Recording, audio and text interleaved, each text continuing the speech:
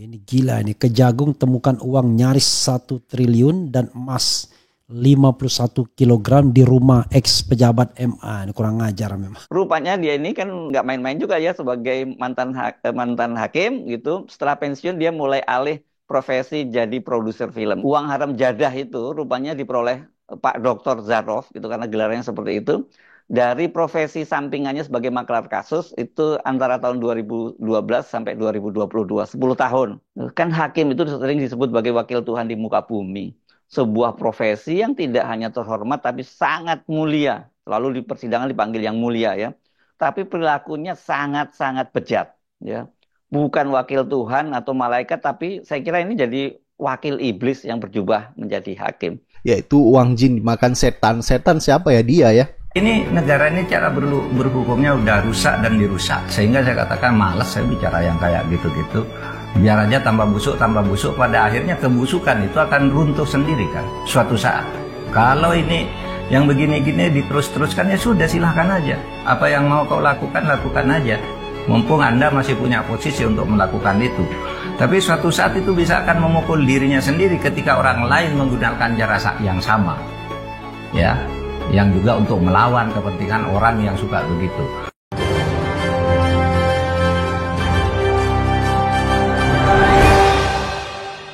Kejagung kaget temukan uang nyaris hampir 1 triliun dan emas 51 kilogram di rumah ex pejabat MA. Nah ya, bukan hanya Kejagung saja yang kaget, kita juga kaget ya. Begitu banyak uang dalam pecahan Singapura, US dollar ya, dolar Hong Kong, bahkan dalam euro juga ada uang suap dan gratifikasi, yaitu maklar kasus yang dilakukan oleh ex pejabat MA yang bernama Zarof Rikar. Jadi uang begitu banyak, hampir mencapai 1T itu ya, uang jin dimakan setan ya. Tetapi akhirnya nggak sempat dimakan sama dia. Ya mungkin sebagian sudah dimakan dan akhirnya menikmati di penjara. Dan yang lebih lucu lagi, ya Zarof Rikar ini jadi eksekutif produser film Sang Pengadil Tingkatkan Minat Jadi Hakim. Nah, dia membuat film Tingkatkan Minat Jadi Hakim ya. Uangnya itu adalah uang suap dan gratifikasi untuk membiayai, yaitu pemain-pemain film ya. Nah, Zarof Rikar ini membuat film yaitu tentang integritas hakim terjerat kasus korupsi ya. Jadi benar-benar sangat konyol sekali. Padahal ya, pemeran utamanya itu adalah dia sendiri. Tetapi dia di sini malah jadi produser ya. Wajar mungkin banyak uang hasil dari suap dan gratifikasi sehingga dia menjadi seorang produser. Apakah skenario film dia juga yang nulis ya? Sebaiknya dia yang nulis karena dia pelaku utamanya. Dan kelakuannya dia ini benar-benar ya mempermalukan hakim-hakim lain yang kemarin kita lihat menghadap DPR, yaitu meminta gaji hakim dinaikkan ya, sampai akhirnya nangis ya mendengar suara Prabowo dan Prabowo setuju menaikkan gaji hakim. Apa yang dilakukan oleh Zarof ini benar-benar ya mencoreng nama hakim dan institusi Mahkamah Agung. Dan kalau kita lihat ini ya, baru hanya satu orang Zarof Rikar ini yang baru ketahuan yang menjadi maklar kasus ya. Banyak sekali yang belum ketahuan. Dan juga kita lihat baru hanya satu rumah saja yang dilakukan penggeledahan. Bisa-bisa cukup banyak rumah lainnya yang dia simpan harta dan uang suap ya, yang belum ketahuan. Memang negara kita ini ya cukup bobrok ya dengan masalah hukum. Hukum bisa diperjualbelikan ya. Ini baru hanya Mahkamah Agung. Bagaimana dengan lembaga-lembaga negara lainnya yang punya masalah yang sama? Bisa saja maklar kasus di negara Indonesia ini cukup banyak. Baru hanya ketahuan di Mahkamah Agung ya. Jadi Zarof Rikar ini ya ditangkap karena ada sangkut paut, yaitu pemufakatan jahat untuk melakukan suap. Vonis bebas Ronald Tanur ya. Jadi ada kasus Ronald Tanur yang melakukan suap juga hakim, 3 hakim kemarin itu. Hampir mencapai 20 miliar. Nah, si Zarof Rikar ini menjadi maklar kasus. Jadi maklar kasus itu ya dari 2022 ya, hampir 10 tahun ya. Menjadi maklar kasus dengan jumlah uang hampir 1T. Itu baru ketahuan sekarang. Bagaimana tahun-tahun sebelumnya? Pasti dia sudah menikmati, yaitu uang jin dimakan setan. Setan siapa ya? Dia ya. Jadi Zarof Rikar ini mengakhiri tugas pensiun dari Mahkamah Agung pada tahun 2022. Jabatan terakhirnya yakni Kepala Badan Penelitian Pengembangan Pendidikan Pelatihan Hukum dan Peradilan. Jabatannya aja ya, pengembangan pendidikan, pelatihan hukum di bagian pengembangan, tetapi kelakuannya lebih daripada setan. Pria kelahiran Sumeneb 16 Januari 1962 ini pernah menjabat Direktur Pranata Tata Laksana Perkara Pidana Direktorat Jenderal Badan Peradilan Umum MA, Sekretaris Direktorat Jenderal Badan Peradilan Umum MA. Jadi menurut Bang Refli Harun ya, negara Indonesia ini cukup bobrok sekali masalah hukum ya. Korupsi, kolusi, nepotisme ini sudah dipertontonkan di negara kita. Bahkan gratifikasi pun dan penyuapan juga sudah dipertontonkan di negara kita. Kemarin kita lihat gratifikasi yang dilakukan oleh anak Mulyono pun ya. Sampai sekarang KPK tidak berani mengumumkan ya bagaimana status Kaisang tentang gratifikasi private jet. Negara kita benar-benar ini sudah darurat korupsi, gratifikasi, penyuapan. Apa yang disampaikan oleh Prabowo ya, ingin memberantaskan korupsi, jangan sampai itu hanya omong-omong saja dan benar-benar dilaksanakan. Semuanya sudah rusak dari apa yang kita perjuangkan di era reformasi. Saya tidak tahu lagi bagaimana cara memperbaiki keadaan ini yang sudah moral dan etika sudah rusak seperti ini, demokrasi sudah rusak, hukum sudah dijual belikan. Itu dia Rashid. Sehingga kalau tanya Mbak Desmanita, apa ya terjadi di mana-mana. Kemarin 2 hari lalu, Ikrar Nokasung Sabakti juga berceramah di Jogja. Apa isinya? Kerusakan yang terjadi selama 10 tahun terakhir ini tidak mungkin bisa diperbaiki dalam 5 periode kepemerintahan. Ada, di berita-berita ada, Rias Rasid di berita ada. Saudara, memang udah parah ini. Oleh sebab itu mari kita sadari bersama, bukan dendam kepada seseorang, tapi ini cintai negara ini dengan sepenuh hati. Karena kita cinta kepada negara ini. Saya, keluarga saya cinta kepada negara. Keluarga Pak Sukwiti, Pak ini bisa jadi profesor, bisa anaknya sekolah di Amerika, dia sekolah di Amerika. Karena apa? Karena Indonesia ini kaya raya. Indonesia ini kalau merdeka orangnya sudah maju. Oleh sebab itu jangan dikorupsi-korupsi. Korupsi-korupsi itu melanggar hak rakyat seluruhnya. Moral, akhlak itu harus diperbaiki semuanya. Bukan saya. Kalau saya udah selesai, jangan Anda tanya saya, Bapak sholat. Misalnya ya, bayar zakat, bayar, ngembalikan gratifikasi, kembalikan. Paling rajin nih ngembalikan gratifikasi, tanya ke KPK. Siapa pejabat yang paling rajin mengembalikan gratifikasi? Kan ada catatannya di sana. Tapi saya bicara sistem loh, bukan bicara soal saya tidak bisa memperbaiki pengadilan. Gimana saya bisa memperbaiki pengadilan? Saya bukan ketua Mahkamah Agung. Gimana saya bisa memperbaiki DPR? Saya bukan ketua DPR, bukan ketua. Ini gila ini. Kejagung temukan uang nyaris 1 triliun dan emas 51 kilogram di rumah ex pejabat MA. Ini kurang ngajar memang. Jadi Pak Prabowo, kalau Anda mau memberantas korupsi, inilah yang serius ya. Negara ini udah bobrok ya. Negara ini sudah bobrok. Bahkan pejabat Anda sendiri mengatakan negara ini sudah serusak-rusaknya. Kalau kita tidak ikut main, orang lain yang akan ambil. Coba bayangkan, mentalnya begitu. Tanya aja kepada pejabat-pejabat yang Bapak angkat. Ada nggak yang berpikiran demikian? Ya, ada nggak yang pernah berpikir atau ngomong demikian? Jadi itulah yang membuat negara ini akhirnya ya hancur. Karena kita tidak pernah serius memberantas korupsi. Omon-omon aja. Semua presiden tuh omon-omon. Kenapa? Karena rata-rata keluarganya terlibat. Iyalah, frankly speaking. Mana ada politisi yang tidak terlibat korupsi rasanya. Ya, suap menyuap. Dapat uang dari calon kepala daerah dan lain sebagainya. Uang semua.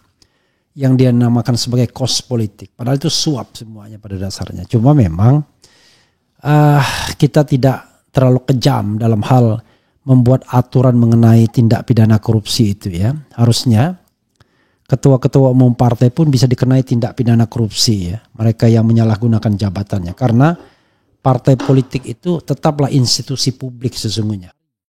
Karena dia menggunakan publik ya untuk mendapatkan suara dan lain sebagainya.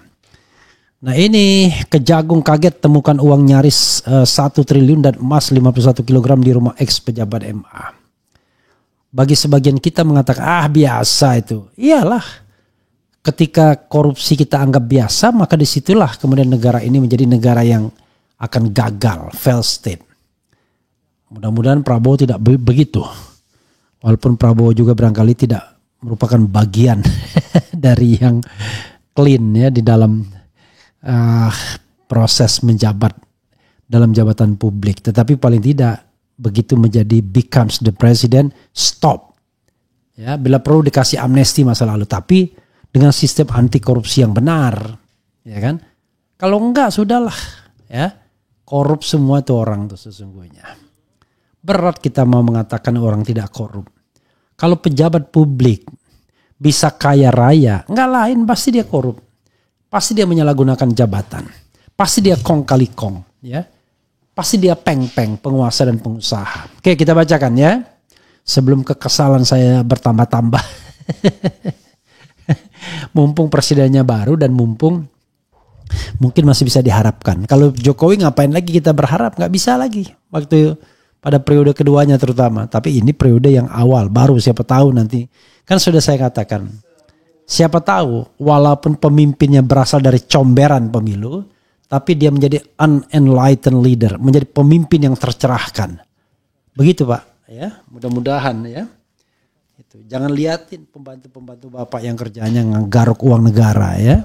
Menjadi kaya raya. Udahlah kita paham siapa yang nyolong siapa yang enggak itu kan kita paham ya. Cuma kita nggak berani ngomong aja terus terang kan begitu. Tapi kalau mau lihat jejak digitalnya kan ada itu. Siapa yang pernah dipanggil, siapa yang pernah jadi tersangka dan lain sebagainya. Pantas hukuman seberat-beratnya ya. Ini hukuman seumur hidup pantas itu rasanya.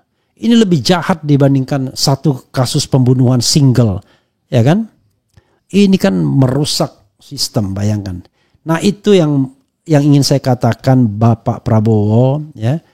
Kalau kita tidak punya sense of crisis terhadap suap, ya, korupsi di negeri ini, rusak kita. Apalagi itu tidak dipunyai oleh pemimpin-pemimpin kita, pejabat-pejabat kita, ya. Ini untuk pengacara semacam Lisa Rahmat itu harusnya itu lisensinya dicabut seumur hidup. Dia tidak boleh lagi berperkara setelah bebas. Silakan cari penghidupan yang lain tapi tidak boleh menjadi lawyer lagi. Harusnya begitu. Ini enggak. Lawyer ditangkap bolak-balik, nyuap sana nyuap sini, paling divonis ringan, habis vonis ringan balik lagi menjadi lawyer, pengacara. Berat kita ya. Ada kasus ketua umum partai besar, bla bla bla bla bla bla bla bla. Nggak mungkin lah nggak ngerti mana partai besar, mana partai kecil ya. Tapi pastilah diselesaikan di balik layar semuanya itu. Ini kayak kita nggak paham saja. Kalau ada kebebasan menyatakan pendapat, opini 100% di Republik ini, udah lama orang akan men-spill itu semua ya. Begitu. Tetapi masa sih orang seperti Prabowo nggak paham yang begini ini? Pasti paham kan? Mana yang suka ngatur-ngatur perkara, mana yang suka cari-cari uang lalu kemudian jadi gini, kalau kita kaitkan korupsi itu 3. Satu, korupsi yang konvensional. Korupsi yang konvensional itu ya suap menyuap, ya, itu konvensional, terima duit, itu ini. Yang kedua, korupsi yang terkait dengan kebijakan. Nah, kebijakan itu agak meningkat. Kasih kebijakan misalnya Menteri X menguntungkan si Y. Itu korupsi kebijakan. Nah terakhir yang paling berbahaya itu korupsi berjaringan. Korupsi berjaringan ini yang kita tidak bisa, yang susah untuk kita lawan. Salah-salah kita yang masuk penjara karena dianggap menyebarkan fitnah, kebencian, ya, nama baik. Jadi kalau dia korupsi berjaringan itu ada semua. Ada lini medianya, ada lini buzzernya, ada lini ininya. Pokoknya kalau kita mau masuk menembus mafia itu, kita yang langsung terplanting. Nah hanya orang dengan komitmen tinggi yang bisa memberantas ini semua. Ya itulah Presiden Republik Indonesia. Kalau mau. Perkuat KPK. Cabut undang-undang KPK yang melemahkan KPK pada tahun 2019. Kembalikan KPK pada marwahnya. Ulangi rekrutmen KPK. Ambil lagi orang-orang yang punya komitmen. Baru negara ini benar Pak Prabowo kalau mau benar. Tapi kalau cuma mau omon-omon aja, mau main korup-korupan, salah satu korupsi itu ya korupsi politik. Ya. Mulai tidak fair kompetisinya. Tidak boleh ada lawan pakai presidensial threshold, pakai threshold di pilkada. Udah itu udah cikal bakal korupsi begitu, ya. Jadi kalau kita mau benar-benar menegakkan good governance, clean government, anti korupsi, ya kita harus membuat sebuah sistem yang solid. Libatkan orang-orang yang punya komitmen dalam berantas korupsi, libatkan orang-orang yang tidak punya masalah dalam hal korupsi, ya. Tapi kalau Anda melibatkan orang-orang yang punya masalah, omon-omon doang, ya. Kalau ada misalnya lembaga yang kuat dalam pemberantasan korupsi, lembaganya dilemahkan. Lalu anggota DPR yang mestinya memperkuat lembaga itu lama-lama mengeroyok lembaga itu biar menjadi lemah, ya kan? Lalu yang dicari adalah anggota lembaga itu yang paling lemah, yang bisa diajak koordinasi, yang punya integritas nggak terpilih. Berat negara kita begitu caranya. Berat, ya. Oke, coba kita lihat ya komentar sobat era sekalian dalam kaitan dengan ini, ya. Saya berharap Prabowo Subianto sungguh-sungguh memberantas korupsi, sebagaimana yang saya harapkan pada masa awal pemerintahan Presiden Jokowi yang akhirnya menemukan kekecewaan. Ya, ternyata Jokowi tidak hanya tidak berniat untuk melakukan pemberantasan korupsi, tapi malah terlibat pada korupsi itu sendiri. Gawat, pokoknya, ya. Dia kan dulu pernah diejek oleh banyak orang ketika mengatakan sesuatu yang substansinya benar. Jadi Prabowo mengatakan gini, Indonesia ini akan bubar tahun 2030 menurut sebuah buku. Nah, bukunya itu adalah novel yang dikarang oleh Singer, P.W. Singer. Dia memang menulis novel intelijen, di mana terjadi besok perang AI, Artificial Intelligence. Itu Indonesia tidak ada tuh tahun 2030. Nah, Prabowo mengatakan itu 2030 bubar Indonesia kayak gini, lalu diserang di kanan kiri kan. Anda itu dari mana? Prabowo bilang itu ada di sebuah buku, judulnya Ghost Fleet, Barisan Setan gitu. Wah, itu kan novel, Anda ngarang-ngarang novel gitu. Waktu itu diejek. Tapi waktu itu saya yang bilang di ILC-nya Cornelius, ya itu Manggaliru tuh Pak Prabowo. Kalau secara ilmiahnya sih Indonesia ini akan tumbuh bagus. Indonesia Emas tahun 2045 tuh udah jadi, nggak bakal bubar 2030. Tapi saya bilang benar Prabowo, kalau hukum dan keadilan seperti sekarang bisa bubar Indonesia nih di tahun 2030. Iya, saya bilang begitu pada waktu bisa bela Prabowo. Iya. Nah sekarang ini saatnya Pak Prabowo membuktikan bahwa dia dulu di pikiran dia yang paling dasar itu pada waktu itu dia ingin mengatakan hukum di Indonesia ini bobrok, Indonesia bubar 2030. Nah sekarang menurut saya Prabowo sudah ada di posisi untuk memperbaiki hukum itu. Ada di posisi itu. Kenapa kalau jadi presiden bisa lakukan apa aja Pak? Presiden tuh bisa lakukan apa saja. Menyuruh itu angkat sebagai kasus hukum, bisa. Itu tutup dulu, bisa. Bisa Pak, bisa. Bisa. Nah Prabowo bisa gunakan kesempatan ini, kekuasaan ini untuk memunculkan kasus-kasus hukum itu secara proporsional. Nah oleh sebab itu ya kita berharap Pak Prabowo bisa menegakkan hukum ini seperti janji-janji kampanyenya. Gampang. Jaksa Agung, polisi itu kan bawaan presiden. Kalau presiden katakan ini demi kepentingan umum, jangan dibuka dulu. Oh itu ada kasus itu di situ meskipun tersembunyi, angkat. Kan bisa, namanya presiden. Dan presiden tidak melakukan itu, tidak melanggar hukum lah secara resmi. Presiden kan mempunyai hak untuk hak prerogatif untuk mengamankan agar negara ini aman. Nah atas nama keamanan, atas nama stabilitas, dia bisa saja. Kalau ini digunakan dengan baik oleh Pak Prabowo nanti untuk kebaikan, wah itu akan luar biasa. Pak Prabowo itu sejauh pengetahuan saya sebenarnya tidak pernah brutal ya. Orangnya kan biasanya spontan, terbuka, gitu tuh Pak. Dan itu bagi saya secerca harapan. Ya, maksud Anda tidak licik gitu lah? Tidak licik, dia sportif, dia suka marah. Iya. Suka marah, temperamental. Tapi itu apa adanya ya? Apa adanya. Bukan ada apanya. Ya? Bukan ada. sejak saya jadi bersama dia waktu tahun 2014 itu kan, ketika saya mau jadi ketua tim suksesnya waktu itu kan, saya ketemu di Halim, di VIP Halim waktu itu. Dia mau kemana, kami ketemu di sana ngobrol berdua. Nah itu bersepakat bahwa ke depan ini masalah penegakan hukum. Waktu itu 2014 ya, masalah penegakan hukum. Jadi saya akan bersama Pak Prabowo waktu itu 2014. Kalau memang Bapak punya komitmen untuk penegakan hukum, saya bantu dari sudut waktu itu bicara bagaimana Kejaksaan Agung itu kita tata, kepolisian kita tata. Salaman Pak Mahfud, setuju. Salaman dia. Tanda tangan surat, masih ada suratnya di saya sekarang. Tentang komitmen penegakan hukum. Jadi sekarang ini saya teringat Pak Prabowo punya komitmen. Ya, Pak Prabowo tuh komitmen. Orangnya Sabta Marga kan. Sabta Marga itu biasanya kan satria ya. Kalau mengatakan ini dipenuhi. Dan sportif juga, pikirannya kan hierarkis ya. Hierarkis itu artinya apa? Kalau sekarang dia diam gitu aja karena dia belum presiden, menurut saya. Kan tentara itu pikirannya kalau atasnya presiden, apapun dikatakan presiden harus ikuti sampai ke bawahnya. Sehingga saya berpikir kalau dia nanti jadi presiden, dia berkata apapun ke bawah kalau harus ikut. Kalau enggak, dibabat sama dia. Pikirannya struktural seperti itu. Oleh sebab itu, dengan saya juga saya mencatat ketika saya jadi Menko Polhukam, secara struktural kan saya di atas Pak Prabowo. Pak Prabowo Menhan, saya Menko kan. Dia korek Pak. Kalau saya bilang Pak Menhan, saya ada perlu, siap. Saya menghadap Bapak. Saya mau ke kantornya enggak boleh. Mau Pak Prabowo? Enggak katanya. Pak Mahfud atasan saya yang ke sana. Hierarkis ya kira. Tapi nanti kalau jadi presiden dia, saya yakin akan begitu. Saya sekarang presiden. Yang di bawah harus tunduk kan gitu.